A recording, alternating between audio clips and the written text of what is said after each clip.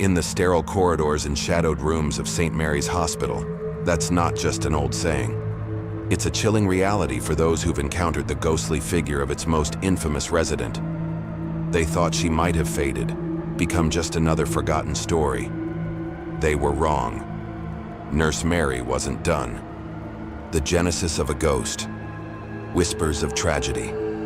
The legend of Nurse Mary, or sometimes Nurse Emily, is as widespread as it is unsettling.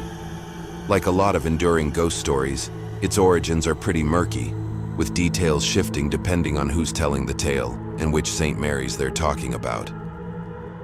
But there's usually a common thread. A life dedicated to nursing, cut short by tragedy right there in the hospital she served. In some versions, Nurse Mary, or Emily, is said to have been the victim of a horrific crime, her life violently taken within the hospital, maybe even in the now abandoned psychiatric ward, a place often known as a hotspot for paranormal activity. These stories paint a picture of a soul unable to find peace because of how brutally she died, her spirit forever replaying its final, terrifying moments. They claim her end was unjust, her body discarded, fueling a rage that even death couldn't stop.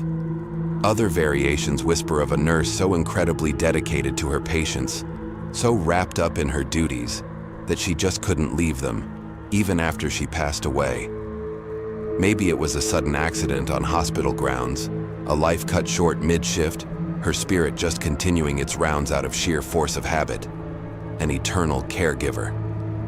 One account, from an old St. Mary Hospital in Kansas, talks about a night nurse who tragically fell down an elevator shaft.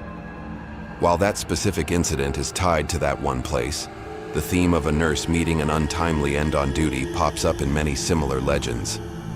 The specifics get blurry, as ghost stories often do, passed down in hushed tones from one generation of staff to the next, each retelling possibly adding another layer to the mystery. Was it a terrible accident? A violent, unsolved crime? Or was it a sorrow so deep, a life so tied to the suffering and solace of the hospital, that her spirit became a permanent fixture? People debate why she's there, but the chilling ways she appears are often reported with a disturbing consistency. The one unifying, terrifying truth in all the stories is this: she's still there.